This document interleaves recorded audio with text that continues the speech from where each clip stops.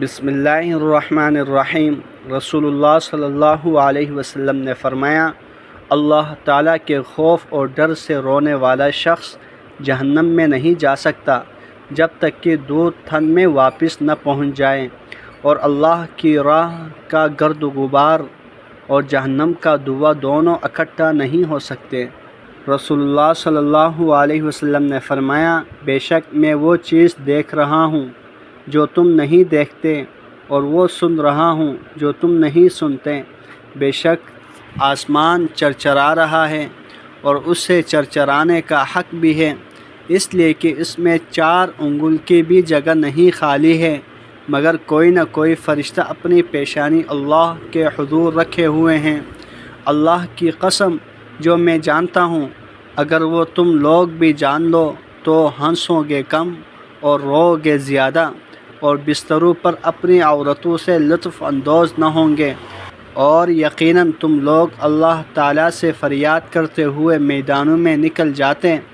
اور ابو ذر رضی اللہ تعالیٰ عنہ فرمایا کرتے تھے کہ کاش میں ایک درخت ہوتا جو کاٹ دیا جاتا۔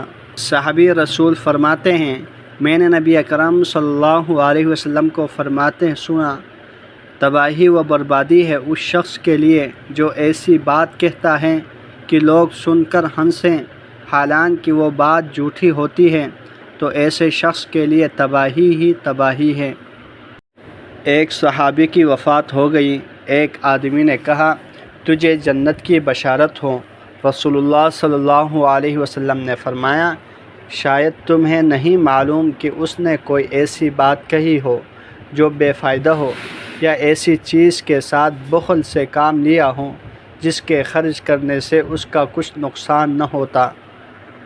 رسول اللہ صلی اللہ علیہ وسلم نے فرمایا، اللہ تعالیٰ کے نزدیک دنیا کی اوقات اگر ایک مچھر کے پر کے برابر بھی ہوتی تو وہ کسی کافر کو اس میں سے ایک گھونٹ پانی بھی نہ پلاتا۔